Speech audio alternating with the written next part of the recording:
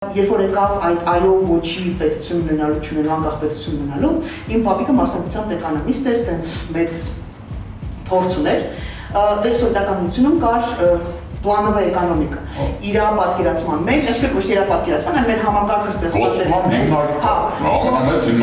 օրինակ չգիտեմ, Ուզբեկիստանը Հայաստանի հետ փոխկապակցված էին, երբ այդ բոլոր երկրները օրինակ ռեսպուբլիկաների հետ կապված էին, ու եթե դու լինում էիր անկախ, բավականին լուրջ խնդիրներ էին, նո՞։ Ու ես հասկանում եմ, որ ես շատ եմ ուզում պետություն, բայց իմ պապիկը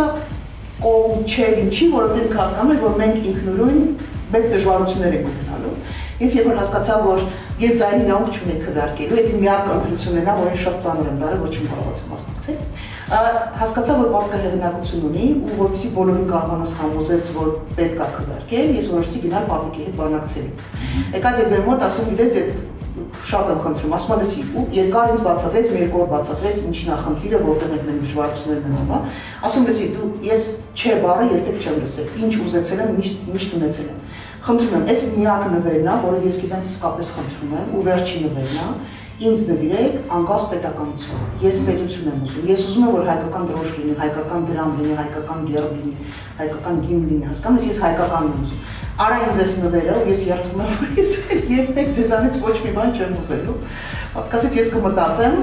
մի խոսքով ամբողջ ոչ միայն մեր ընտանիքը, հետո բոլորը, ովքեր որ զանգ են տալի, ասում էին, այն ժամանակ տենց են, չէ դիմում իրար, ասում են Գեորգ, ինչ ես որոշել, ինչ ես անելու, ասում էր ձեր որոշումն է, բայց ես կողմ եմ քվեարկելու, իմ թորները պիտի անկախ պետությունում ապրեն։